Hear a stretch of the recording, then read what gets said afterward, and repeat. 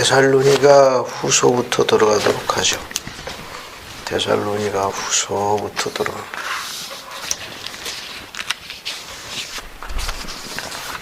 자, 그럼 경전을 먼저 보겠습니다. 데살로니가 후서부터 나가죠.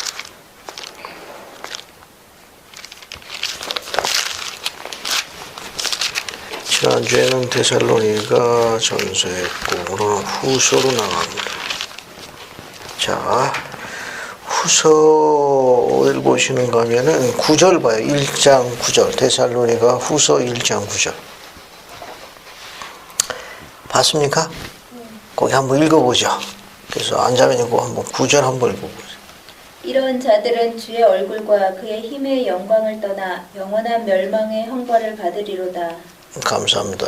영원한 명사 everlasting destruction에 한다는데 여러분 오늘 나눠진 유인물 자료를 보세요. 거기 맥콩기 장로님이 설명한 게 있으니까 33-11입니다. 거기 그 영원한 멸망 맥콩기 장로님이 나와 있는 설명이 도움이 될 거예요. 영원한 멸망을 경험한다는 것은 하나님 면전에서 내어 쫓김을 당하며 공의에서 전환된 상태의 죽음, 곧 영적 죽음에 참여하는 것이다. 즉 영적 사망 상태에 머무르는 것이다. 그런 정도로 이해하면 되겠습니다. 그 다음에 이제 쭉 넘어가셔가지고 나머지 여러분 읽어보시면 됩니다. 여러분 쭉 읽어보시고 그 다음에 2장으로 넘어갈게요. 2장 2절 봅시다. 2장 2절 봤습니까? 거기 이승미 형제 한번 읽어봐요. 영으로나 또는 말로나 또는 우리에게서 받았다는 편지로나 주의 날이 이르렀다고 해서 쉽게 마음이 흔들리거나 두려워하거나 하지 말아야 한다는 것이라. 감사합니다. 역시 이것도 여러분 우리가 갖고 있는 대학부 교재 33-12를 봐요. 영감역 번역이 훨씬 더 정확합니다. 거기 보면 영감역에는 다음과 같이 기록되어 있다. 너희가 우리에게서 그것을 받을 때 외에는 그리스도의 날이 가까웠다는 어떤 영이나 말이나 편지에서도 시통하거나 두려워하지 말 것이니라 하니라. 영감역 번역을 참조하면 되겠습니다. 우리 거기 보면 앞에 우리가 갖고 있는 데살로니가 후서 2장의 2절은 우리에게서 받았다 하는 편지로도 말라 뭐 이런 의미로 나와 있는데 영감역은 훨씬 더 정확하게 표현되어 있어요. 너희가 우리에게서 그것을 받을 때 외에는 그리스도 날이 가까웠다 어떤 영이나 말이나 편지에 시통하거나 두려워하지 말라. 그러니까 우리가 너희한테 전하는 것 외에는 다른 데 귀 기리지 마라. 그래서 영감역 번역이 도움이 되니까 여러분 경전 여백이 있으면 2장 2절 옆에다 이거 하나 첨부해서 적어놓으면 도움이 돼요. 경전 여백에다 적어두면 도움이 된다는 거. 자, 여러분 자신의 경전이면 경전 여백에다가 지금 영감역 번역을 한번 옮겨 적어놔요. 나중에 옮겨 적기 쉽지 않을 거예요.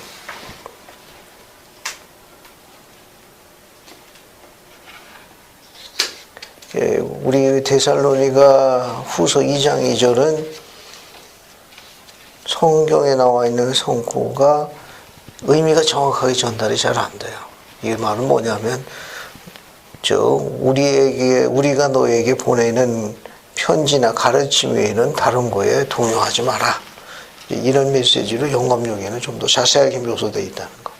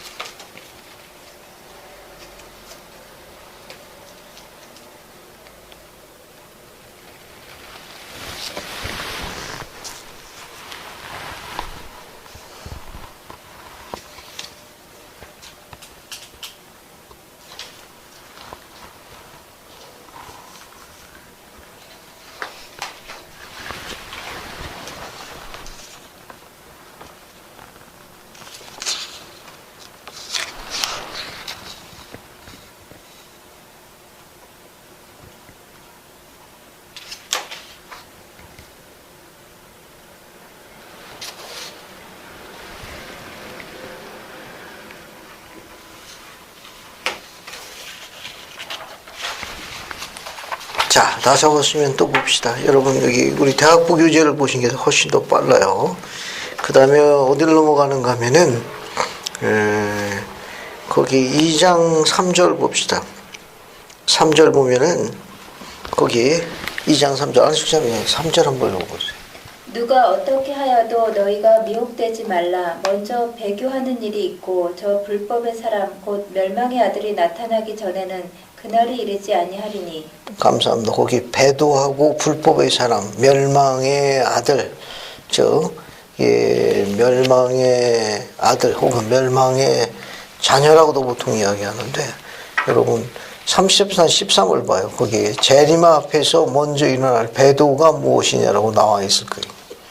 그러니까 배도는 재림 전에 일어나야 할 표정 중에 하나가 뭐냐? 배도가 있다는 거예요. 배도. 여러분 거기서 보면 밑에서 위에서 세 번째 줄 봐. 세 번째 줄 보면 세속적인 헬라 어법으로는 정치적인 반란 혹은 통치 형태의 변화를 의미했다. 데살로니가 후서에 나오는 이 말은 주님께서 위엄과 능력으로 이 땅을 통치하시려고 재림하시기 전에 일어날 배도를 언급하고 있다는 거. 그 데살로니가에서 나오고 이야기하는 배도는 재림 전에 있어야 할 표적인 배도를 언급하는 겁니다. 그 다음에 이제 멸망의 아들. 하늘에서 하나님께 반역하여 내어 쫓긴 사탄과 그와 함께한 자들이 멸망의 아들로 알려져 있다. 혹은 멸망의 자녀라고도 이야기해요. 이 모반의 영들은 즉 빛을 받은 후에 고의로 악을 택하여 회개의 권세를 잃었기 때문에 영원히 하나님 면제에서 추방당하였습니다. 그는 하나님 면제에서 하는 동안에 고의로 모반에 합세했습니다. 이 지상에서 그들의 사명은 인간의 영혼을 파괴하여 그들이 비참한 지경에 있는 것 같이 인간도 비참하게 만드는 것입니다. 조셉 필딩 스미스 구원의 교리 2권 195쪽에서 발췌한 거예요. 멸망, 퍼딕션이라는 말은 라틴어의 퍼디투스라는 단어에서 파생된 말로 파괴한다는 말을 가지고 있으며 이것은 사탄에게 주어진 칭호이기도 한다.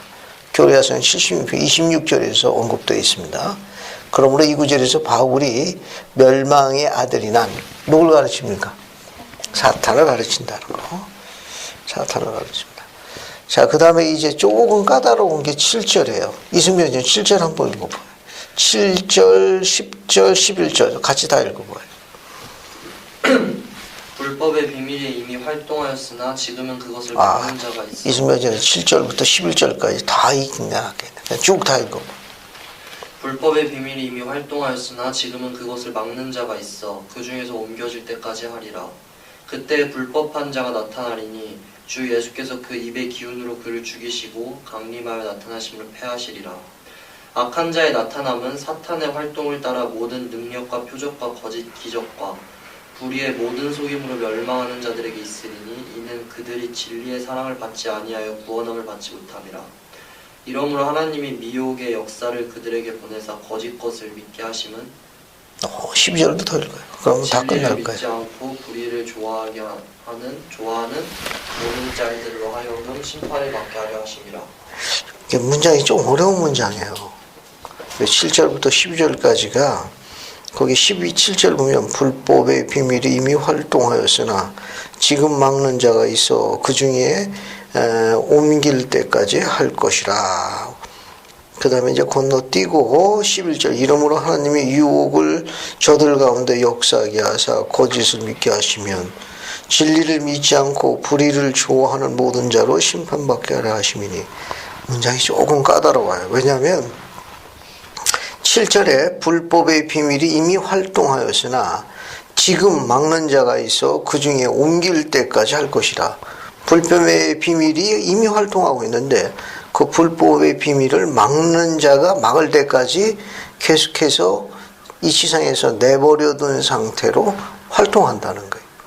그리고 거기 이제 11절 보게 되면 하나님이 유혹을 저들 가운데 역사하게 했어요.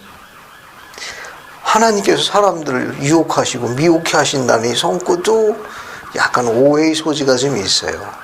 그래서 우리 대학부 교재를 보게 되면 설명이 잘 나와 있습니다. 대학부 교재를 봐요. 교재 33-15를 봐요. 불법의 비밀이란 무엇이냐?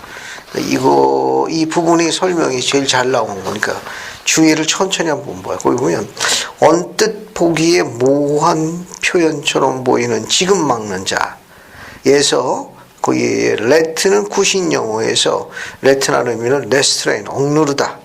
그 다음에 이제 방해하다.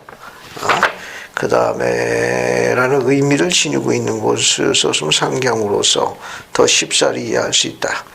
그러니까 이제 지금 막는 자라는 영어에 나와 있는 레트라는 단어는 억제하다, 통제하다, 방해하다, 막다 그런 뜻을 갖고 있는 거예요. 그러므로 이 구절은 불법의 영이 이미 활동했지만 일정 기간 동안 억제되고 회방을 받는다는 선언으로 이해할 수 있다. 그리고 나중에 이 억제력까지 제거될 것이며 악한 자는 능력을 가지고 활동하게 될 것이다. 신약 개혁판에는 이 구절을 다음과 같이 번역하고 있다. 불법의 비밀이 이미 활동했으나 지금 막는 자가 있어 그 중에서 옮길 때까지 하라. 우리가 갖고 있는 번역이에요. 이거. 불법의 힘에 대한 지속적인 억제력을 행사하고 있는 사물은 그럼 무엇인가에 대한 논란이 지금까지 계속되고 왔다. 어떤 저술가들은 사도들의 생전이 이런 유의 기능을 발휘했었다고 주장하고 있다. 이 사람들은 이에 반해 어떤 자들은 로마 정부의 권세라고 주장하고 있다. 다른 사람들은 로마 통치로 말미암은 제지력을 언급하고 있는 것을 믿고 있다. 알려진 바로는 로마의 정책은 종교적 투쟁을 승인하지 않았으며 로마의 제신들이 비방을 받지 않고 그 신들을 위한 사당이 천시당하지 않는 한 광범위한 종교적 자유를 허용하는 것이었다. 로마 영어가 쇠락했을 때 배도적 교회 안에서 구체화된 불법의는 실제로 어떤 억지력도 없이 역사했다. 그 뒤에 이제 두 문단을 보십시오. 탈메 장로님의 설명입니다. 바울이 사용한 불법의 비밀이라는 표현은 암시적인 데가 있다. 그리스도교 신앙의 초기 변절자 가운데서 그 이름이 알려졌던 사람들은 그리스도교 신앙의 평이성과 배타성의 결여를 공박한 자들이었다. 이 평이성은 유대주의 비밀스러움과 아주 대조적인 것이었고 신비스러운 이방주의 우상숭배 의식과도 동떨어진 것이어서 많은 사람들을 실망시키기까지 했다. 그리스도교 예배의식의 최초의 변화는 신비로운 의식을 도입함으로써 이루어진 것이다. 배도의 첫 번째 형태는 그리스도교의 성스러운 의식에 우상숭배에 섬겼던 신비로운 의식이 포함됨으로 인해 가지고 배도의 첫걸음을 디디게 됐다는 걸 언급하는 겁니다. 그 뒤에 영감력에 따르면 그가 그 중에서 옮기워질 때까지란 말은 이 세상에 널린 모든 불행과 재난과 죄의 원인이었으며 아직도 그 원인이 되고 있는 사탄과 연관되고 있다. 사탄은 복천년 시초에 주님에 의해서 묶여질 때까지 그런 악을 계속 자행할 것이다. 그러니까 주님께서 재림하실 때까지는 불법의 비밀이라는 이 불법의 영, 불법의 힘이 지상에 계속해서 여기 나와 있는 대로 모든 불행, 재난, 죄의 원인이 될 거라고. 그럼 막는 자가 누구냐? 바로 그리스도의 재림. 뒤에 보면 영감력은 이렇게 표기하고 있다. 영감력에는 불법의 비밀이 이미 활동했고 지금 활동하고 있는 자도 그이기 때문에 그리스도께서 그가 그 중에서 옮기워질 때가 차기까지 그가 활동하도록 내버려 두신다. 영감력 버전이 훨씬 더 의미가 정확해. 그러니까 여기서 나와 있는 불법의 비밀은 누구를 의미하느냐? 사탄을 이야기하는 거예요. 그러니까 사탄이 그리스도의 재림 전까지 이미 태초부터 활동을 했고 지금도 활동하고 있는데 그리스도께서 그를 복천년 동안에 통제할 동안, 억제할 동안 그가 그리스도께서 오실 때까지 마지막 경륜의 시대가 꽉 찰 때까지 사탄이 활동하도록 지상에 버려둔 상태다. 세상에 맡겨진 상태다. 그런 의미로 영감력이 되어 있다는 거. 그래서 여러분 공부하고 있는 우리가 갖고 있는 게 7절에 그 7절 여백에다가 그 영감력 번역을 옮겨 두십시오. 그러면 나중에 도움이 될 거예요. 그러니까 2장 7절을 여백에 지금 33-15 맨 마지막에 있는 영감력 해석을 옮겨 적어 주십시오. 그래서 불법의 비밀이 이미 활동했고 지금 활동하고 있는 자도 그이기 때문에 그리스도께서는 그가 그 중에서 옮겨질 때가 차기까지 그가 활동하도록 내버려 두신다. 그 여백에다 옮겨줘요. 그래야 7절이 이해할 수 있습니다. 안 그러면 이거 그냥 우리가 갖고 있는 성경상의 기록 갖고는 이해하기가 쉽지 않을 거예요. 이거는요.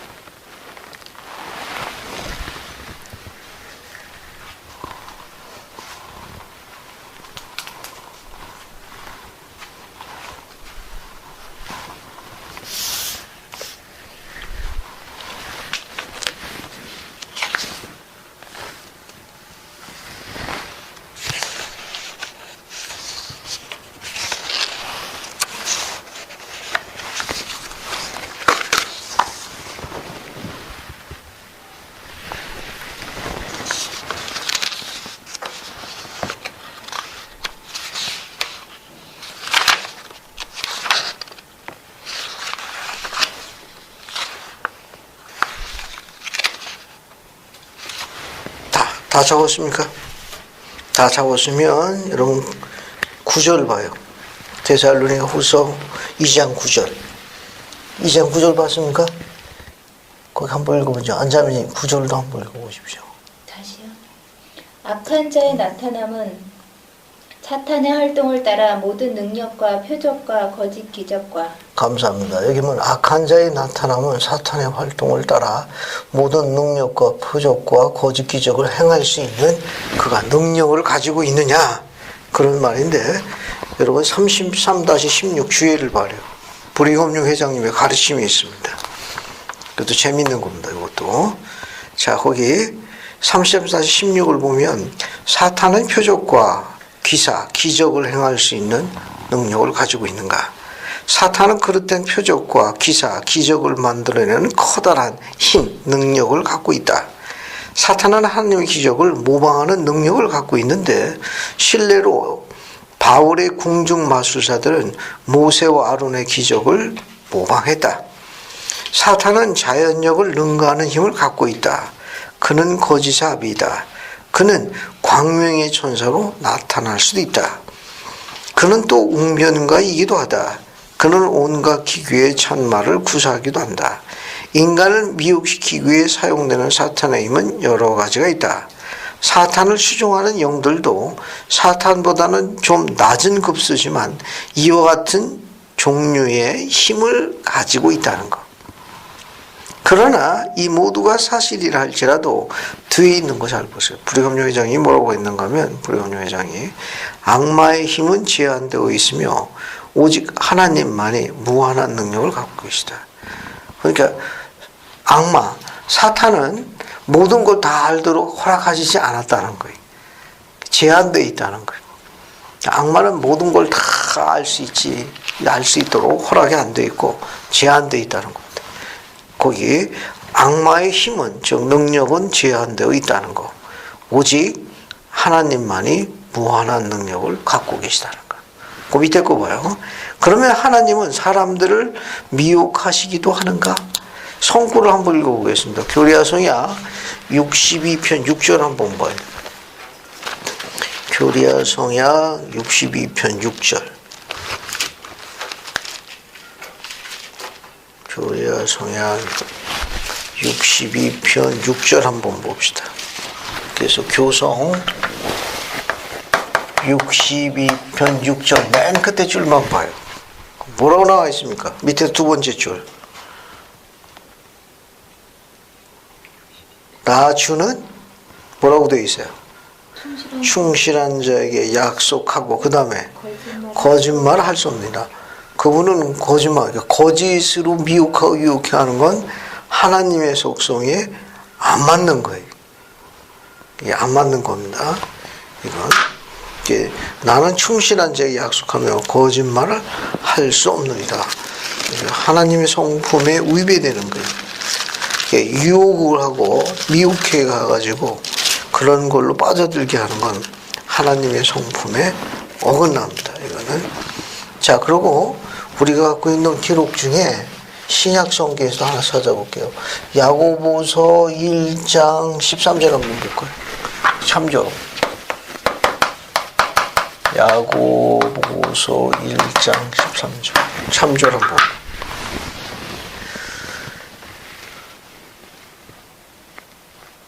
봤습니까?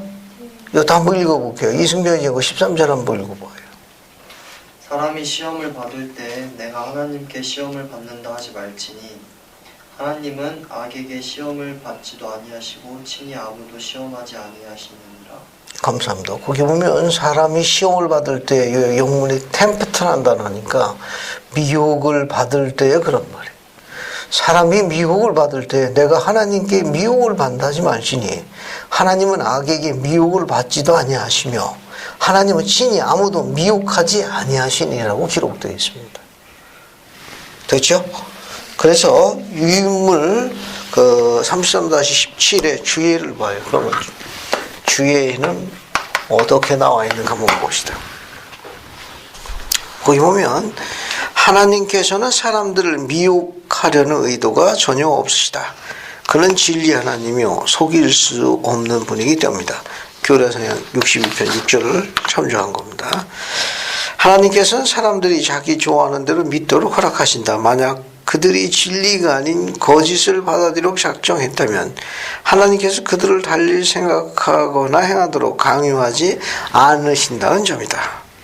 사람이 자기가 행한 의로 인해 보상을 받고 혹은 악 때문에 형벌을 받는 것이라면 공의는 그 행위의 주체인 인간에게 독립적인 행동의 능력이 주어질 것이다.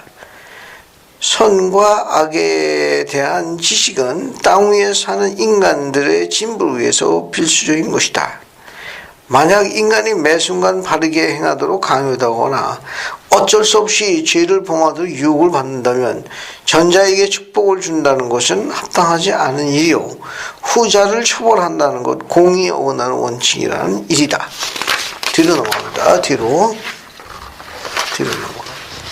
하나님의 자녀들이 제멋대로 행동해서 피할 수 없는 어리석은 결과를 초래하거나 계율을 어기거나 죄를 범하는 것을 보고 이것을 유감으로 생각할 때 하나님께서는 영원한 밀심에 숨어 계신 것이 아닌가 하고 생각되어질 때가 있다. 그러나 우리는 이러한 일 때문에 하나님을 비난할 수는 없다. 자기 아들에게 다음과 같이 말한 아버지를 비난하는 것 이상으로 우리가 하나님을 비난하는 어떤 이유를 찾을 수 있을 것인가? 자, 그 내용을 보세요. 내 아들아, 여기 두 갈래의 길이 있다. 하나는 의로 이끄는 길이요, 다른 하나는 너에게 성공과 행복을 가져다 줄 길이다. 그러나 다른 한 길은 너를 재난과 불행과 죽음에까지 이르게 할 것이다. 그러나 선택 것은 너에게 있고 너는 선택해야만 한다. 나는 너에게 어떤 길도 강요하지 않을 것이다. 거기에 맥케이 회장님이 이야기하신 거예요. 자, 그 다음에 따라서 바울이 말하려고 했던 의도는 인간이 구원을 얻을 수 있도록 주어진 진리의 사랑을 받지 않았기 때문에 하나님께서 저들이 미혹당하도록 묵고하셨다는 뜻이다. 됐죠? 맨 마지막 문장을 여러분 옮겨 적으시면 되겠네요. 그래서 여러분 데살로니가 후서 2장 11절 여백에다가 맨 마지막 문장을 적어요. 여기서 바울이 말하려고 했던 것은 인간이 구원을 얻을 수 있도록 주어진 진리의 사랑을 받지 않았기 때문에 하나님께서는 저들이 미혹당하는 것을 묵고하셨다는 것이다. 그렇게 적어두시면 되겠습니다. 10절 옆에 적으면 되겠네. 10절 적으세요. 데살로니가 후서 2장 10절 옆에다가 영감역 번역을 적으면 되겠습니다.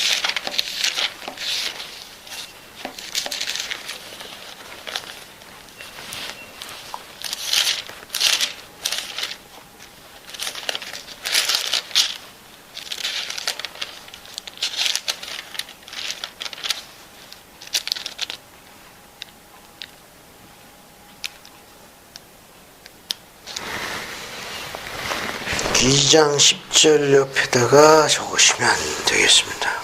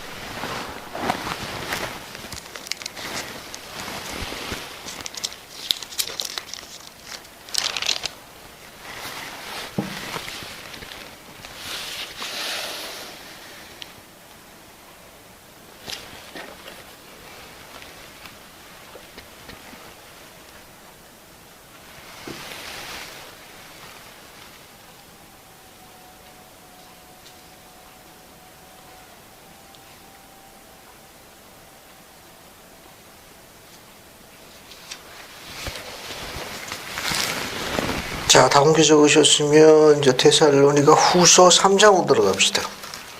3장 6절을 봐요. 나머지 내용을 여러분 쭉 읽어보면 됩니다. 그 6절 보면은 형제들아 우리 주 예수 그리스도의 이름으로 너희를 명하노니 그 문장을 제가 게으르게 행하고 우리에게서 받은 정통대로 행하지 아니하는 모든 형제에게서 떠나라. 바울이 뭐라고 가르쳤는가 하면 게으르게 행하고 우리에게서 받은 전통대로 행하지 않은 모든 형제에서 떠나거라. 그래서 어떻게 우리를 본받아야 할지 너희가 스스로 하나니 너희가 너희 가운데서 무질서하게 행하지 아니할 것이며 누구에서든지 음식을 값없이 먹지 않고 오직 수고하고 애써 주야로 일함은 너희 아무에게도 폐를 끼치지 아니하려 함이니 뭐 이렇게 내용이 쭉 나와 있거든요. 자, 그러면 6절에 게으르게 행하고 우리에게서 받은 전통대로 행하지 아니하는 자를 그런 형제에서 떠나라. 또 주예가 설명이 잘 나와 있습니다. 33-18로 가요. 33-18.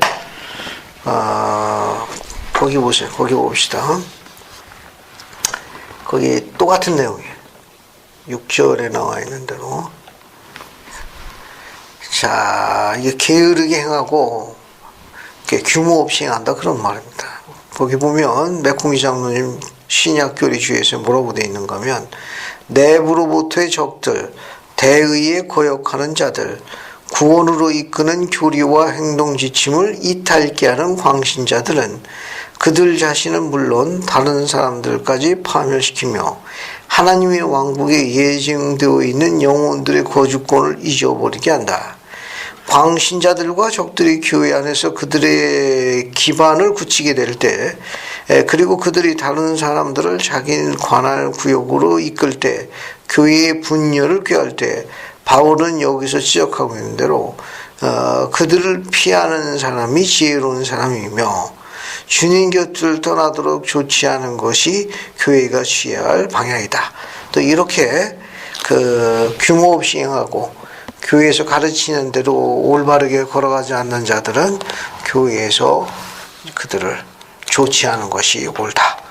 그래서 성도들을 미혹해 하도록 하는 것은 내버려두는 건 옳지 않다. 이제 그 정도 보시면 되겠습니다.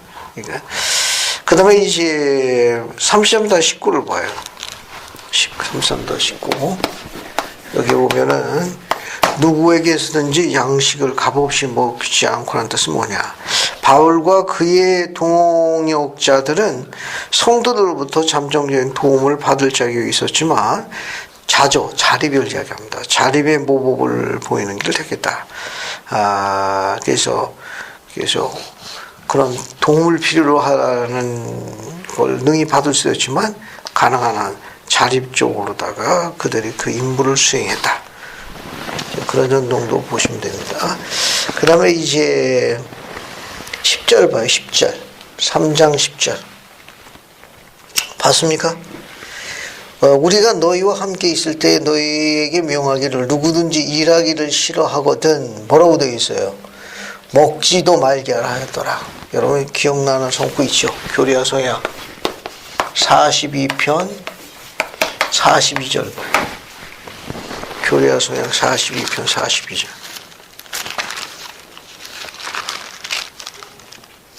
(42편) 42절로 갑니다. 한번 읽어볼까요? 이승현 전님 42편 42절 한번 읽어봐요. 너는 게으르지 말라. 이는 게으른 자는 일꾼의 밥을 먹지도 말고 옷을 입지도 말아야 할 것입니다. 감사합니다. 설명이 잘 나와요. 그러니까 일은 하나님의 속성이에요. 일을 해야 어떤 그 무언가가 시작이 되는 거예요. 생기는 거예요. 일을 하지 않으면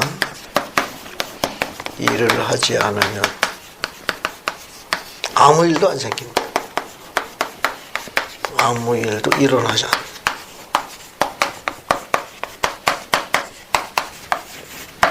아무 일도 일어나지 않아요. 그 다음에 또 옆으로 가가지고 13절 봅시다. 13절. 여기 3장 13절. 안자님 한번 읽어보실까요? 형제들아 너희는 선을 행하다가 낙심하지 말라. 낙심하지 말라. 선을 행하다가 낙심하지 말라. 이거 우리가 가지고 있는 계시에 아주 적절한 계시가 있습니다. 64편 33에서 34절. 여러분이 아주 자주 인용되는 성구라는 거 금방 알 수 있습니다. 64편 갑시다. 64편 33절 32절 앞에 있는 것까지 추가해서 읽을게요. 32절까지. 그래서 안자매님이 찾으셔가지고 64편 32절부터 34절까지 쭉 읽어보십시오. 그러나 만사는 제때에 이루어져야만 하느니라. 그런즉 선을 행함에 지치지 말라. 이는 너희가 위대한 일에 기초를 놓고 있음이라. 그리고 작은 일에서 큰 일이 생겨나느니라. 보라 주는 진심과 기꺼이 하고자 하는 마음을 요구하나니 기꺼이 하고자 하며 순종하는 자는 이 마지막 날에 시온의 땅의 좋은 것을 먹으리라. 감사합니다. 그 32절 보면 만사는 어떻게 된다고 되어 있습니까? 다 만사는 다 제때 때가 있다는 거예요. 만사는 제때 이루어져야 하느니라. 그런 거로 선을 행하며 지치지 말라. 이는 너희가 위대한 일에 기초를 놓고 있습니다. 그 뒤에 뭐라고 했습니까? 작은 일에서 큰 일이 생겨나니라. 삼시자들도 많이 이용하는 겁니다. 보라 주는 진심과 기꺼이 하고자 하는 마음을 요구하나니 기꺼이 하고자 하며 순종하는 자는 이 마지막 날에 뭘 약속하셨습니까? 시온의 땅에 좋은 곳을 먹게 될 것이다 라고 약속하고 있다는 거. 결국 데살로니가 후서도 주님 재림 전에 일어나 있는 불법에 관한 걸 언급하면서 그 가운데서 불법을 행하는 자들에게서 떨어져 멀리 가까이 하지 말고 여기 나와 있는 대로 부지런하고 힘써 주님 사업에 열심히 봉사하고 또 그런 일을 하면서 낙심하지 마라. 때가 되면 주님께서 평강을 주러 오신다. 그래서 3장 16절 데살로니가 후서 3장 16절 보면 주님이 주시는 평강에 대해서 언급되어 있습니다. 봤습니까? 그래서 이승변쟁이 데살로니가 후서 3장 16절 한번 읽고 평강의 주께서 친히 때마다 일마다 너희에게 평강을 주시고 주께서 너희 모든 사람과 함께 하시기를 원하노라. 감사합니다. 그런 평강을 축복해 주신다. 여러분 우리가 갖고 있는 33-20 주예를 봐요. 거기 보면은 데이비드 맥 회장님이 대회 때 하신 말씀이 있습니다. 봤습니까? 한번 이거 쭉 읽어볼게요. 그리스의 평강은 삶의 외곽적인 문제들을 해결함으로써 오는 것이 아니며 개인의 내면에 그 바탕을 두지 않는 어떤 다른 곳에서 발생할 수 있는 것도 아니다. 예수님께서는 제자들에게 평안을 너희에게 끼치노니 곧 나의 평안을 너희에게 주노라. 내가 너희에게 주는 것은 세상에 주는 것 같지 아니하니라. 요한복음 1장 27절 이렇게 말씀하셨다. 따라서 자신의 의지와 약속의 집행자인 인자는 그의 제자들과 인류에게 모든 축복 중 가장 첫째 되는 축복을 주었다. 그 축복은 예수 그리스도의 복음의 원리를 순종하느냐 안 하느냐에 따라 좌우될 수 있는 성질의 것이었다. 그러므로 그것은 각 개인에게 주어진 것이었다. 자기 자신 속에 평안이 없고 하나님과도 화목하지 못한 사람은 보다 나은 자아를 구현하는 일에 충실하지 못한 사람이며 의로운 법을 어기고 사사로운 정욕과 쾌락에 탐닉함으로써 자신 내부에서 들리는 양심의 소리를 묵살하고 유혹에 굴복하는 사람이다. 그는 또 이웃과의 관계에 있어 그들의 신뢰를 저버리기 일쑤며 평강은 하나님의 기율을 어긴 사람에게 결코 찾아오지는 않는다. 평강은 계율에 순종함으로써만 쟁취할 수 있는 것이다. 이와 같은 평강의 원리를 예수께서도 세상에 계실 때 사람들에게 전하셨다. 이야기했습니다. 그게 평강은 어디서 온다는 겁니까? 그렇죠. 계명을 충실히 지키고 그분의 말씀대로 생활할 때 오는 것이지 다른 데서 오는 것은 아니다.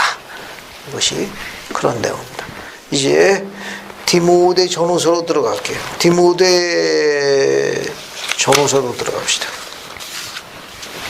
디모데 전후서로 들어가요.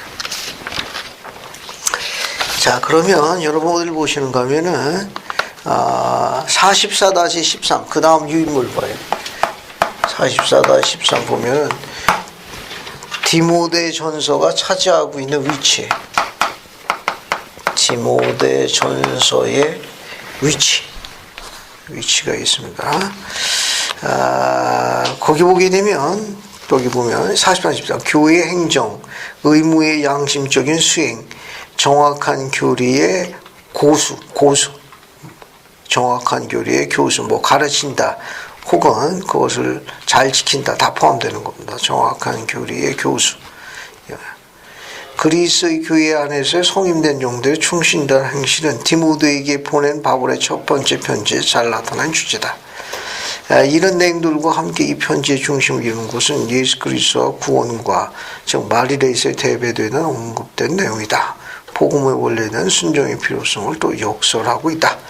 그래서 여기 쭉 읽어보면 이거 재밌습니다. 이것도 한번 쭉 보죠. 자, 그다음 어디를 보시는 거면은 1장 4절 보세요. 1장 4절 봅시다. 봤습니까? 거기 보면 신하와 끝없는 족보에 몰두하지 말게 하려 함이라. 이런 것은 믿음 안에 있는 하나님의 경륜을 이름보다 도리어 변론을 내는 것이라. 그 앞에 신하와 끝없는 족보에 몰두하지 말라. 그렇게 나오죠? 찾았습니까? 디모데전서 1장 4절에. 디모데전서 1장 4절 보게 되면은 신하와 끝없는 족보에 집착하지 마라. 신하와 끝없는 족보에 여기에 매달리지 마라. 몰입하지 말라. 몰입하지 말라. 그 이유가 있습니다. 여러분 44-14를 봐요. 그 주예를 보면 그 설명이 잘 나와 있습니다. 여기 보면 유대인들은 그들의 족보를 그리스도 강림시까지 철저히 보존해 왔다. 그러나 헤롯이 공적 문서들을 소각해 버렸다는 말을 우리는 들었다. 에돔 족속이었던 그는 유대인들의 고귀한 기원을 질투했다. 그리고 자신과 자신의 가게와 견줄 수 있는 것은 아무도 없기를 바랐기 때문에 예루살렘 성전 문서국에 보존된 족보를 불태우려는 명령을 내렸다. 이때부터 유대인들은 단지 기억을 더듬어 혹은 사적으로 보존되어 온 불완전한 목록을 통해서 자신들의 족보를 알 수밖에 없었다. 그리고 이런 불완전하고 사적인 근거자료부터 어떤 보편적 기준을 만들어낸다는 것은 끝이 없고 허황된 작업이었다. 사도의 말은 아마도 이런 뜻 같다. 나는 이 족보들을 발견하고 재생하려는 시도가 끝이 없고 무용한 작업이라는 걸 말하려고 한다. 진짜 족보는 소각되었기 때문이다. 따라서 바울의 비난의 화살이 부당한 목적을 위해 함부로 고쳐진 신빙성이었고 진실지 못한 족보를 향해 겨누었다는 걸 능히 짐작할 수 있다. 그 밑에 보세요. 결론이 있습니다. 그럼 왜 바울이 신하나 끝없는 족보에 매달리지 말라고 했느냐? 바울은 또한 자기 민족의 혈통에 대해 커다란 그 자긍심입니다.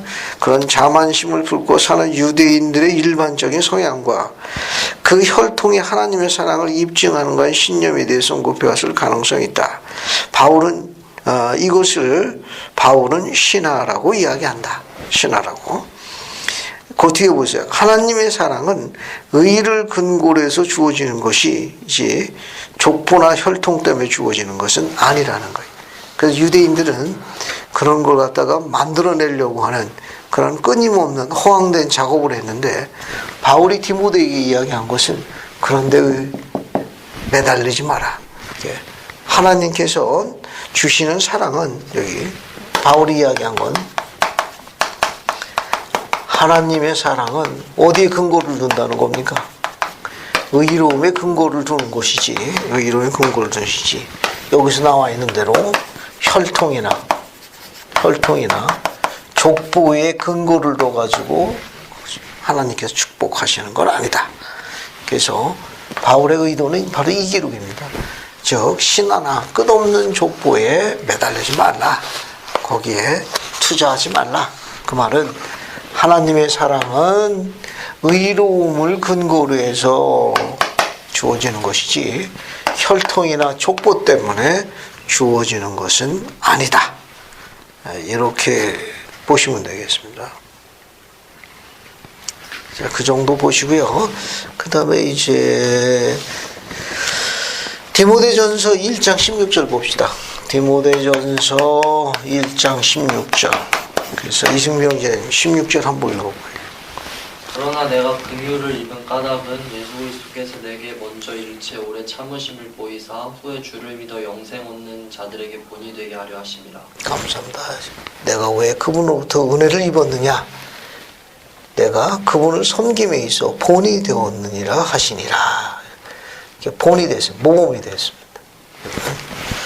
그런 정도 보시고요. 이것도 영생 없는 자들에게 본이 되기에 그가 생활했기 때문에 축복을 받았다. 이제 그런 내용입니다. 자, 그 다음에 이제 쭉 넘어가 가지고요. 어딜 보는가 하면은 이제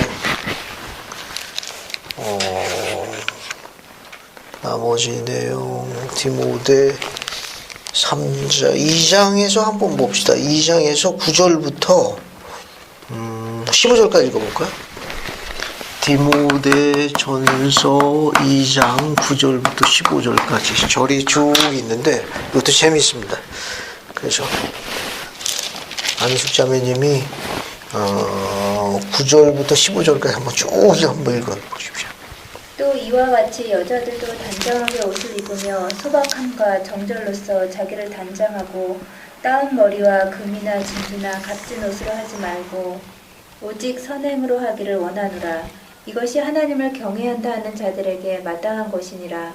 여자는 일체에 순종함으로 조용히 배우라. 여자가 가르치는 것과 남자를 주관하는 것을 허락하지 아니하노니 오직 조용할지니라. 이는 아담이 먼저 지음을 받고 하와가 그 후며 아담이 속은 것이 아니고 여자가 속아 죄에 빠졌음이라.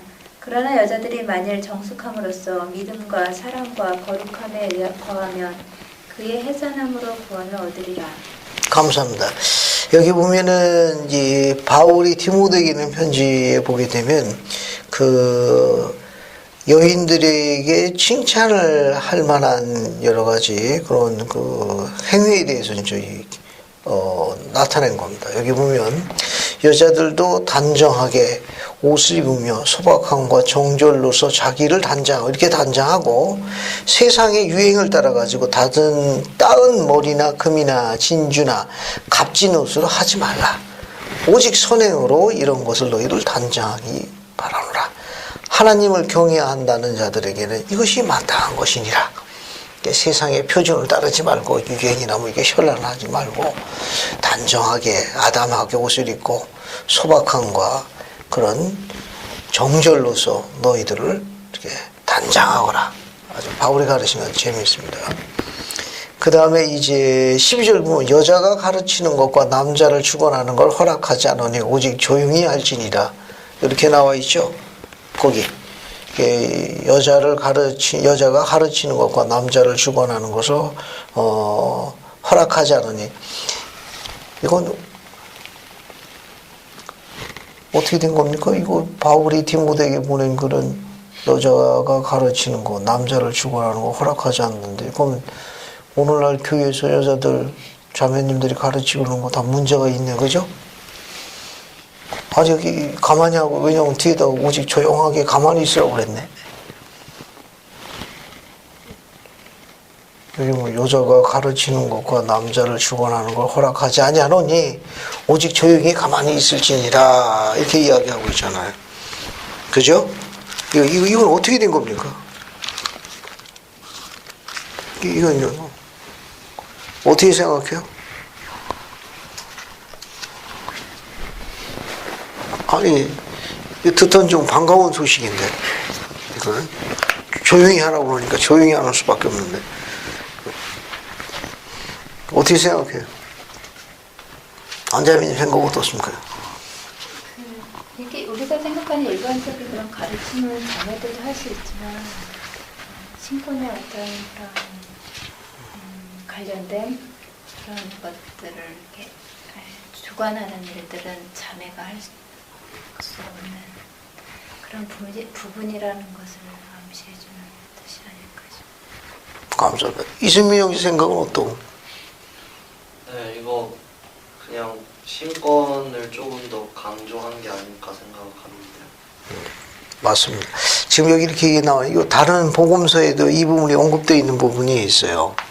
다른 복음서에도 이제 바울이 가르친 부분이 똑같이 중복되어 있는 부분이 있는데, 교회를 관리하고 보살피고 하는 일들은 신권에 행하는 일들이지, 여기서 이야기한 거 여인들이 아예 기도하는 거, 간증하는 거, 가르친 일을 금하나 그런 뜻은 아니고, 여인들에게 신권이 주어지지 않았다는 배경이 훨씬 더 정확한 설명이에요.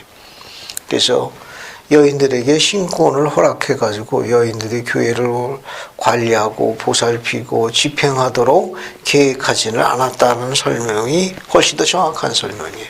이걸 문자 그대로 해석해가지고 말하거나 기도하거나 간증하 증거하거나 그렇지는 않다는 거. 이거는 이 설명은 여인들에게 신권을 허락을 한 것은 남자들에게 허락해서 교회를 관리하고 보살피고 지키도록 한 거지 여인들에게 그런 것을 한 건 아니다. 여인들은 그럼 뭘 했느냐? 다른 겁니다. 다른 거. 그래서 그래야 맞는 거예요. 여기 12절 보게 되면 여자가 가르치는 것, 남자를 주관하는 일을 허락하지 않으니 이 말은 신권에 관련되어 있는 인물을 이야기하는 걸로 설명하면 돼요. 즉 교회를 관장하고 교회를 집행하고 교회를 세우고 하는 이런 일들은 신권에 관련되어 있는 들은 여인들에게 허락되지 아니하였으니 그런 말입니다. 그런 쪽으로 보시고 왜냐하면은 그럼 여인들에게 뭐냐? 15절 보세요. 15절. 여자들이 만일 정숙함으로써 믿음과 사랑과 거룩함에 거하며 해사는 여인들은 어떤 인물을 갖고 있다는 거예요? 자녀를 세상에 데려와 자녀들을 양육하는 임무를 허락했다는 의미로 보신 게 훨씬 더 정확한 설명이에요. 여기 보게 되면 그러나 여자들이 만일 정숙함으로써 믿음과 사랑과 거룩함에 거하면 그의 해산함으로 구원한다. 여인 해산함으로 구원한다면 그것이 여인의 사명이라는 거예요. 여인의 제일 중요한 사명은 뭐냐? 지상에 하나님의 자녀를 데려오고 그 자녀들을 양육하는 게 여인들이 가지고 있는 중요한 사명이에요. 그래서 여인들이 목권이 주어진 거고 앞에 나와 있는 신권은 남자들에게 형제들에게 주어졌다는 그런 의미로 해석하는 게 훨씬 더 정확한 설명. 훨씬 더 정확한 설명입니다. 그리고 2장 14절 한번 볼까요? 2장 14절 보셨습니까? 거기 뭐 아담이 속은 것이 아니고 여자가 뭡니까? 소가 뭐라고 되어 있어요? 죄에 빠졌습니다. 2장 14절. 미리 뒷부분에 일단 한번 보고 넘어갈게요. 2장 14절. 거기 번역이 죄라고 되어 있는데 가만히 써보자. 승민이가 이거 영어 원문을 확인할 수 있나? 네? 거기 14절. 14절. 네. 원문이 뭐로 되어 있는지 확인할 수 있어? 저 영어 원문 안 갖고 있지? 네. 여기 죄라고 되어 있는 이 단어가 이 sin이라는 단어가 아니에요. 원문이. 뭘로 되어 있는 거면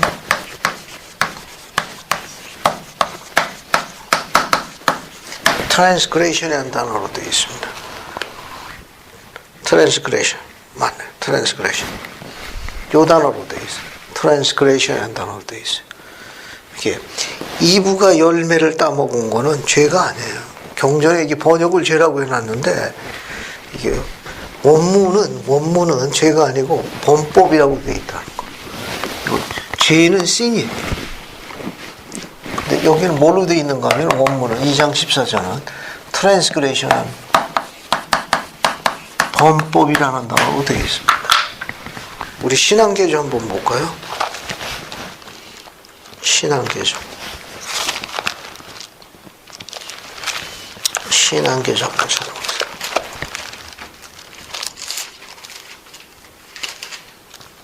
신앙계조 한번 볼게요. 자, 신앙계조 2조 한번 볼까요? 찾았습니까? 거기 뭐라고 나와 있어요? 우리는 사람이 아담의 범법으로 인하여가 아니라 그들 자신의 죄로 인하여 그런다. 여기 범법이 트랜스그레이션이고 뒤에 나와 있는 죄는 sin이라는 단어예요. 근데 번역을 이렇게 놨는데 범법이 정확한 설명. 이 말은 뭐냐면 경전의 저자인 바울은 이브가 열매를 따먹은 걸 죄라고 안 봤다는 거예요. 그게 중요한 겁니다. 앞에 봐요. 지금 우리가 갖고 있는 기록에 지음을 먼저 받은 건 누구라고 되어 있어요? 거기 여러분 14절, 여기 13절 보게 되면 아담이 먼저 지음을 받고 그 다음 뭐라고 되어 있습니까? 하와라고 되어 있죠? 하와. 어디 봅시다. 디모데. 여기도 갑자기 데살로니가 전서 나와 있냐, 또. 그래서 디모데 전서 2장 14절. 그러네. 여기는 또 하와라고 그렇게 나와요. 마찬가지예요.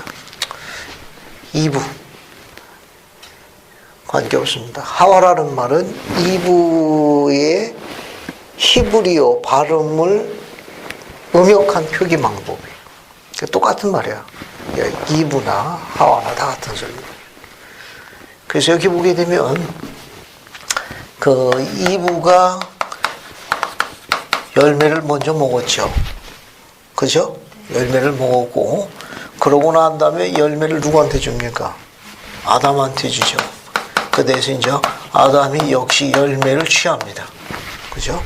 그런데 경전에 보게 되면 이브가 열매를 먹는 것을 죄라고 안 봤다는 거예요. 뭐라고 봤어요? 범법으로 봤어요. 아담도 열매를 따먹은 거 뭘로 봤습니까? 범법으로 봤지. 열매 먹은 거 역시 죄라고 안 돼 있어. 우리 신앙계주에. 그러면 이 범법이라는 거, 이 트랜스그레이션이라는 건 뭐냐면은 정해져 있는, 즉 설정되어져 있는 한계가 있어요. 여기서 여기까지, 여기서 여기까지. 이 한계를 넘어서 하는 거예요. 이 한계를 넘어가는 겁니다. 넘어가는 거예요. 넘어가가지고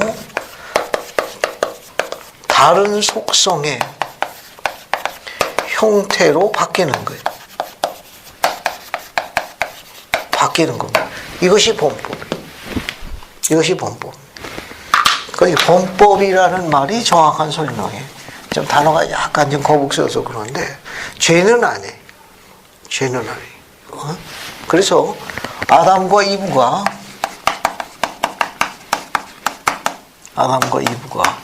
열매를 이렇게 열매를 따먹은 거예요. 열매를 취하는 거예요.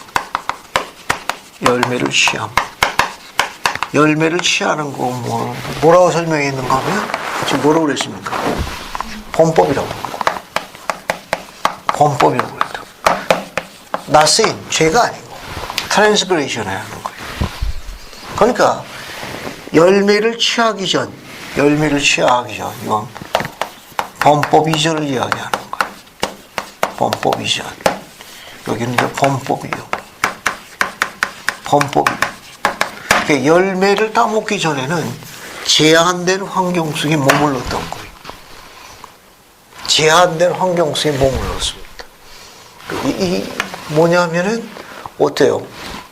아담과 이브 같은 경우는 제한된 범위 안에 있으니까 이들은 자녀를 가질 수 있나요?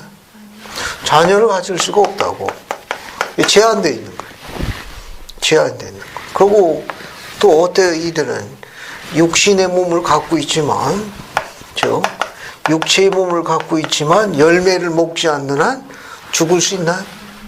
죽지를 못해요. 제한된 의미의 불멸의 몸을 갖고 있는 거예요. 불멸의 몸. 이 불멸의 몸의 상태에서는 자녀를 가질 수가 없다고. 그죠? 이게 설정된, 제한된 부분들이. 그뿐만 아니라, 어때요? 선악을 구분할 수 있나요? 어때요? 열매를 먹기 전에는 선악을, 지식은 갖고 있었어요. 말귀라로 들었으니까. 그러나 선악을 분별하는 능력은 없어요. 제한되어 있는 거예요. 그러면 자녀를 가지려면, 자녀를 취해가지고 가족을 구성하려면 환경을 바꿔야 돼요. 환경이 벗어나야 된다고. 이 몸이 뭘로 바뀌어야 돼요? 필멸의 몸으로 바뀌어야 돼요. 필멸의 몸으로. 이 필멸이라는 건 피를 이야기하는 거예요. 피가 생겨야 돼요. 피가 생겨야. 이 필멸의 요소는 피를 아니에요. 피가 생기는 그 요소가 어디 들어가 있었습니까? 이 선악과라는 열매 안에 들어가 있던 거예요. 그 열매를 먹어야만 필면에 몸을 정한 데서 피가 생기는 거예요. 이 피가 결국 뭡니까? 죽음으로 가는 필멸의 요소예요. 필멸의 요소다. 필멸의 요소. 또 열매를 먹으면 좀 어떻게 돼요? 드디어 선악을 구별하게 돼요.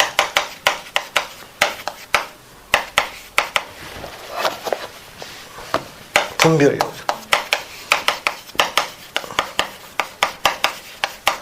하나 능력을 갖게 되는 거예요. 이처럼 여기 제한되어 있는 거예요. 열매를 먹기 전에는 이 제한되어 있었던 거예요. 제한된 걸 열매를 먹음으로 인해 가지고 어떻게 해요? 전혀 다른 속성의 환경으로 바뀌어버린 거예요. 이렇게 바뀌어버리는 걸 뭐라고 그러냐? 트랜스그레션이라고 그래요. 트랜스그레션이라고 그래요. 죄하고 다른 거예요. 왜? 문자 그대로 보게 되면은 범법이라고 해서 쫓겨나니까. 여기 이제 열매를 먹을 때에는, 먹기 전에는 에덴 동산에 있었던 거 아니에요. 동산 안에 있었던 거 아니에요. 열매를 먹고 난 다음에는 어떻게 돼요? 열매를 먹고 난 다음에는 동산에서 쫓겨나잖아요. 쫓겨나죠. 그래서 보게 되면 어때요?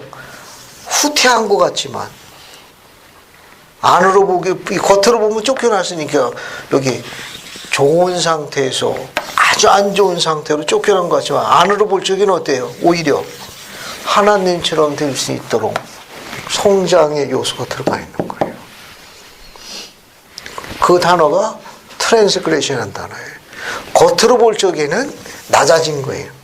그러나 안으로 볼 적에는 뭐냐? 진보의 다른 형태.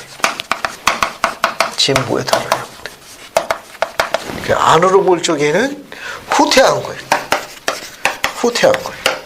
그러나 이게 우리가 이렇게 볼 적에 겉으로 볼 적에는 상황이 나빠진 거예요. 하지만 안으로 볼 적에는 진보의 다른 형태. 하나님처럼 될 수 있는 속성을 갖게 된 거예요. 이런 걸 뭐라고 그러느냐? 이렇게 후퇴한 것 같지만 다른 형태의 진보를 우리가 뭐라고 그러냐? 범법이라고 하는 거예요. 트랜스그레션. 됐죠? 이브가 열매 따먹은 거 죄가 아니야. 알겠어요? 이건 경전의 번역을 이렇게 놨는데 원문은 트랜스그레션입니다. 자, 그 다음에 이제 디모데전서 3장 봅시다. 3장 1절부터 7절까지 한번 읽어볼까요? 디모데전서 3장 1절까지. 디모데전서 3장 1절부터 7절까지. 종훈이 기다리고 있었어요. 종훈이 때문에 우리 5분 기다렸다고. 그래서 7분에 시작했지. 그 종훈이 1절부터 7절까지 한번 쭉 읽어봐. 미쁘다 이 말이여 곧 사람이 감독에 집중하기로 하면 선한 일을 사모하는 것이라 함이로다. 그러므로 감독은 책망할 것이 없으며 한 아내의 남편이 되며 절제하며 신중하며 단정하며 나그네를 대접하며 가르치기를 잘하며 술을 즐기지 아니하며 구타하지 아니하며 오직 관용하며 다투지 아니하며 돈을 사랑하지 아니하며 자기 집을 잘 다스려 자녀들로 모든 공손함으로 복종하게 하는 자라야 할지며 사람이 자기 집을 다스릴 줄 알지 못하면 어찌 하나님의 교회를 두리요. 새로 입교한 자도 말지니 교만하여 자서 마귀를 정죄하는 그 정죄에 빠질까 하미요. 또한 외인에게서도 선한 증거를 얻은 자라야 할지니 비방과 마귀의 올무에 빠질까 염려하라. 감사합니다. 여기 보면 감독에 대해서 설명하고 있죠. 그 2절 봐요. 감독은 책망할 것이 없으며 하나님의 남편이 되며 절제하며 신중하며 단정하며 나그네를 접대하며 가르치길 잘하고 술을 즐기지 않으며 구토하지 아니하며 오직 관용하며 다투지 않으며 돈을 사랑하지 아니하며 자기 집을 잘 다스려 자들려 모든 공사함으로 순종케 하는 자 할 것이니라. 어찌 사람이 자기 집을 다스릴지 알지 못하면서 하나님의 교회를 돌보리요. 거기 6절 보면 새로 입교한 자도 말지니 교만하여져 마귀를 정죄하는 그 정죄에 빠질까 합니다.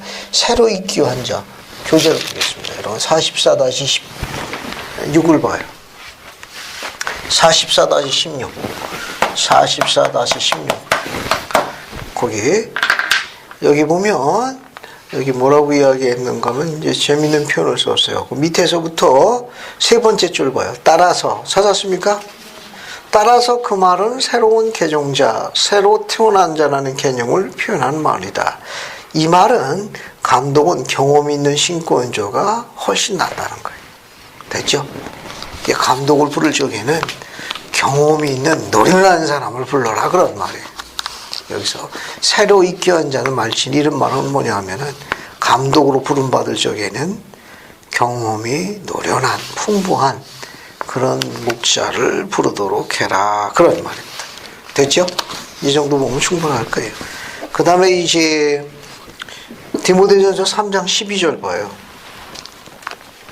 3장 12절 이승민 이제 12절 한번 읽어. 집사들은 한 아내의 남편이 되어 자녀와 자기 집을 잘 다스리는 자일지니. 거기 보면 집사는 지금 뭐라고 되어 있습니까? 한 아내의 남편이 되어 자기와 자기 집을 잘 다스리는 자일지니. 이승민 형제는 지금 신고된 뭐요? 직분이? 저요? 멜기세덱 신고. 장로 직분에 성립되어 있지. 여기 바울은 집사들도 결혼하고 있는데 왜 아직도 결혼 안 했나? 여기 12절에 여기 집사들은 이게 아론신권의 집사거든 이게. 집사들은 하나님의 남편이 되어 자녀와 자기 집을 다스리러 자들지니. 아 그러면 멜기신권의 장로직에 있는 결혼했어도 몇 번 했어야 되는구만. 승민이 어떻게 된 거야? 아직도 실적을 혼내고 있으니. 여기 뭐 오늘날 채택되지 않는데요. 이거. 그렇지. 우리 교재를 봐. 교재 보면 재밌는 설명이 나와. 거기 보면 그 당시에 신약 당시에 집사가 결혼한 사람이어야 된다는 건 바울의 판단이었다. 그런 판단은 오늘날 채택되지는 않는다. 바울 시대에는 처지가 달랐다. 그때는 30세 이전의 사람에게 교회를 위한 봉사의 임무를 맡겨. 그래서 예수님도 몇 살부터 성역을 베푸신 거예요? 30세부터 성역을 베푸신 거예요. 그런 상황에서 집사, 교사, 제자들이 아니고 집사, 교사, 세사들은 모두 성숙한 남자들이었다. 이러한 원칙은 오늘날 요청되지는 않는다. 오늘날 교회에서 30세 이하의 성역자들이 각 분야에서 봉사하고 있다. 이 경륜의 시대의 교회에는 봉사의 직분을 갖는 자나 신권을 소유하는 자가 성숙한 상태에 있어야 하는 원칙은 통용되지 않는다. 아주 먼 옛날에도 그런 원칙은 없었다. 무두셀라는 안수는 노아에게 신권을 부여된 때는 그의 나이 겨우 몇 살이었어요? 10세에 불과했기 때문이다. 그죠? 예, 오늘날에는 적용이 안 된다. 이제 쭉 넘어가고요. 그 다음에 이제 이종훈 자매님이 디모데전서 4장 3절 한번 읽어봐요. 혼인을 금하고 어떤 음식물은 먹지 말라고 할 터이나 음식물은 하나님이 지으신 바니 믿는 자들과 진리를 아는 자들이 감사함으로 받을 것이니라. 감사합니다. 결혼하지 말라고 돼 있는데 종훈이 생각은 어때? 혼인을 금하고 이렇게 돼 있네. 종훈이 생각은 어떠냐고. 안색이 별로 안 좋은 것 같아. 우리 교재를 봅시다. 교재 주의를 봐요. 주의에 뭐라고 나와 있나. 44-18번. 거기 보면 영생은 오직 해의 왕국의 결혼으로선 달성되는 것이기 때문에 사탄은 모든 방법을 통하여 남녀의 혼인을 금한다. 독신생활, 혼의 동거생활, 동성애, 간통, 임신중절, 산하지 않은 인간의 정신을 교란시키고 이 거룩한 결합의 창조와 지속을 방해하기 위해 사탄이 동원한 방법입니다. 헤를르비리 회장은 다음과 같이 말씀하고 있다. 현대인에 대한 사탄의 최대의 위협은 가정을 파괴하고 결혼 성향의 신성과 순결의 법을 조롱거리로 만드는 겁니다. 바울은 말일에 있을 이 혼인금지의 심상치 않은 문제를 예언적인 안목으로 해결하고 우리는 이 배도일에 행하지 말라는 특별한 경고로 설명을 하고 있다. 그러니까 혼인을 금하고 특정한 식물을 폐하라 하였거늘 이런데 귀 기울이지 마라 그런 말입니다. 바울은 예언을 한 겁니다. 그래서 이건 사악한 자들, 사탄의 술책이라는 걸 경고한 거예요. 밑에 거 44-19 보세요. 44-19 봤습니까? 거기 보면 누구든지 육식을 금하여 고기를 먹지 말라 하는 자는 하나님으로부터 성임된 자가 아니니라. 보라, 들의 짐승과 공중의 사와 땅에서 나오는 것은 인간의 음식과 의복으로 사용하고 풍성히 가질 수 있도록 정하신 것이니라. 적절히 취하는 건 주님께서 기뻐하시는 거 알겠습니까? 고기 먹어야 돼요. 이게 너무 과하게 먹지 말고 적절하게 먹으라고. 그래야 우리 몸에 근력이 생겨요. 즉 체력이 생긴다고. 그 다음 밑에 거 하나님께서는 어떤 음식물이나 고기를 먹는 데거나 모세율법에 따른 금기를 제거하셨다. 이들은 지금은 정결해졌다. 말하자면 성결케 되었다. 더 이상 의례상에 부정하거나 금지되는 음식물로 지정된 것은 아무것도 없다. 됐죠? 열심히 몸에 맞는 대로 또 열심히 취하시면 되겠습니다. 그 다음에 이제 4장 8절을 봐요. 디모데전서 4장 8절. 약간 문장이 좀 그래요. 거기 4장 8절 봐요. 봤습니까? 네.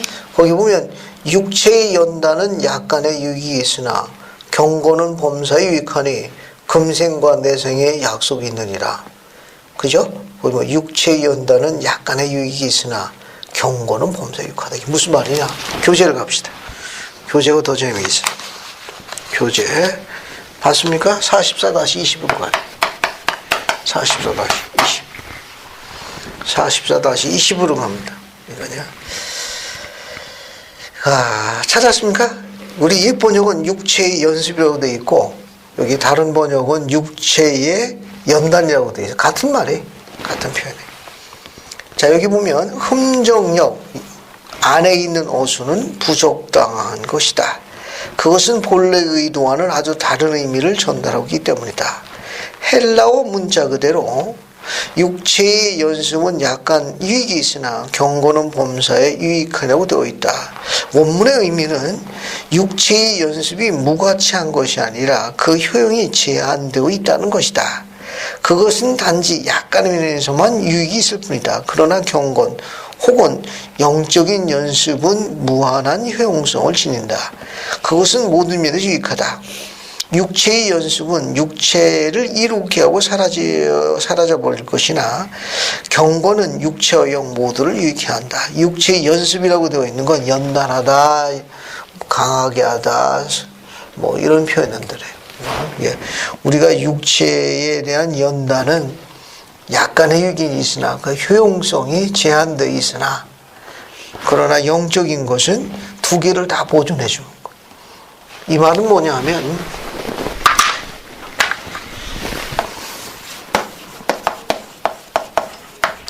영적인 것 위에다가 무엇을? 세상적인 거, 즉 현세적인 거, 현세적인 거. 그 영적인 거에다가 현세적인 것으로 싸우면 이게 훨씬 더 어떻게 되느냐?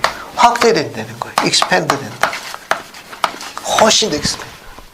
그러니까 영적인 것이 없는 것보다는 영적인 것을 위에 이걸 기초로 해가지고 했을 적에 이것이 훨씬 더 확장된다. expand 된다. 훨씬 더 커져나. 결국 이 뭐냐 이게 보일러 역할을 지금 그 설명을 하고 있는 겁니다.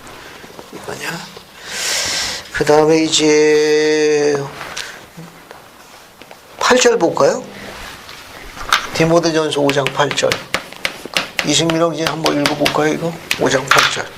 누구든지 자기 친족, 특히 자기 가족을 돌보지 아니하면 믿음을 배반한 자요 불신자보다 더 악한 자니라. 감사합니다. 이 성구 많이 이용되는 성구예요. 누구든지 자기 친족, 즉 자기 가족을 돌보지 아니하면 믿음을 배반한 자, 불신자보다 더 악한 자라고 바울이 아주 비난했습니다. 그죠? 남자가 자기 가족을 부양하는 것은 신성한 거예요. 근데 그 책임을 다하지 않는 남자는 하나님께서 제일 미워하는 남자가 되는 거예요. 그 정도 보고 5장 22절 봐요. 봤습니까? 아무에게나 뭐라고 되어 있어요? 5장 22절에 경솔히 안수하지 말지니 5장 22절은 아무에게나 안수하지 말지니 어디를 보시는가? 여러분 교재를 봐요. 교재 보면 맨 마지막 교재에 보면 돼요. 44-22 44-22 거기 보면 형제들은 교회에서 영향력을 미칠 수 있는 딕체를 맡아 봉사득 성임되고 성별되기 전에 단련과 시험을 받아요. 또한 합당성이 입증돼야 한다. 이게 그의 합당성이 순종과 의로움이 증거된 자에게 부름을 주고 그 임무를 수행하도록 그들을 잘 양육해야 한다. 이제 그런 정도로 보면 되겠어요. 그 다음에 이제 6장 갑니다. 6장 9절 10절 봅시다. 디모데전서 6장 9절 10절 안희숙자매님 읽어주시겠습니까?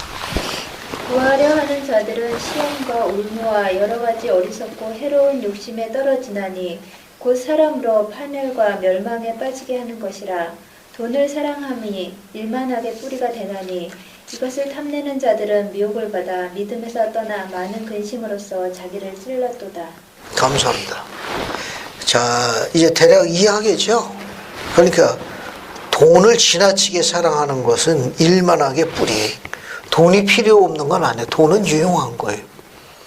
주님께서는 후기 성도들이 가난하게 사는 거 원하지 않습니다. 아주 풍요롭게 살길 원하죠. 그런데 뭐가 문제가 되느냐? 돈을 사랑하는 거예요. 여기 봐요. 오늘 이제 다 끝나가는데 여기 보면 하나님의 것하고 피조물의 것이 있는데 특히 이게 뭐냐고 돈이야. 뭐가 문제가 되느냐? 이렇게 될 때 문제가 되는 거예요. 칠판 봐요. 이렇게 될 때 문제가 되는 거예요. 하나님 것보다도 피조물의 것 이걸 더 사랑할 때 죄에 빠지게 되는 거예요. 야고보서로 한번 가봅시다. 야고보서 2장 이쪽으로 가요. 우리가 물몽경의 야고보서 2장 18, 19절 야고보서로 갑시다. 물몽경의 야고보서 2장 18, 19절 찾아가지고 읽어볼게요. 부자 되는 방법. 이종훈 자매가 관심 있을 것 같아요. 야고보서 물몽경에 야고보서 2장 18, 19절 부자가 되는 방법이에요. 그러나 너희가 부를 구하기에 앞서 너희는 하나님의 왕국을 구하라. 그리고 너희가 그리스도 안에서 소망을 얻은 후에 만일 너희가 구하면 부를 얻을지니 너희는 선을 행하려는 벗은 자를 입히며 줄인 자를 먹이며 잡힌 자를 놓아주며 병든 자와 고난당하는 자들을 구제하려는 의도로 그것을 구하리라. 감사합니다. 부는 어떻게 사용해야 되느냐에 대해서 가르치신 거예요. 그렇죠? 부는 하나님께서 주셔야 부를 지키는 거예요. 그래서 그 두 가지가 있는데 하나는 너희가 그리스도 안에서 소망을 얻어내라. 그 소망은 뭐냐? 하나님의 왕국을 구하는 거예요. 세우는 거예요. 그럴 적에 너희가 소망하는 부를 더 성취하게 되나니. 그러니까 부자가 되게 하시는 것도 그분이고 걷어가서 가난하게 하시는 것도 그분이 하시는 거예요. 전부 그분께 달린 거예요. 자, 오늘은 디모데 전서까지 합시다. 다음 주는 디모데 후서를 들어갈게요. 디모데후서, 디도서, 빌레몬서, 히브리서 이렇게 들어갑시다. 오늘은 디모데 전서까지 합니다. 예수 그리스도 합니다. 아멘.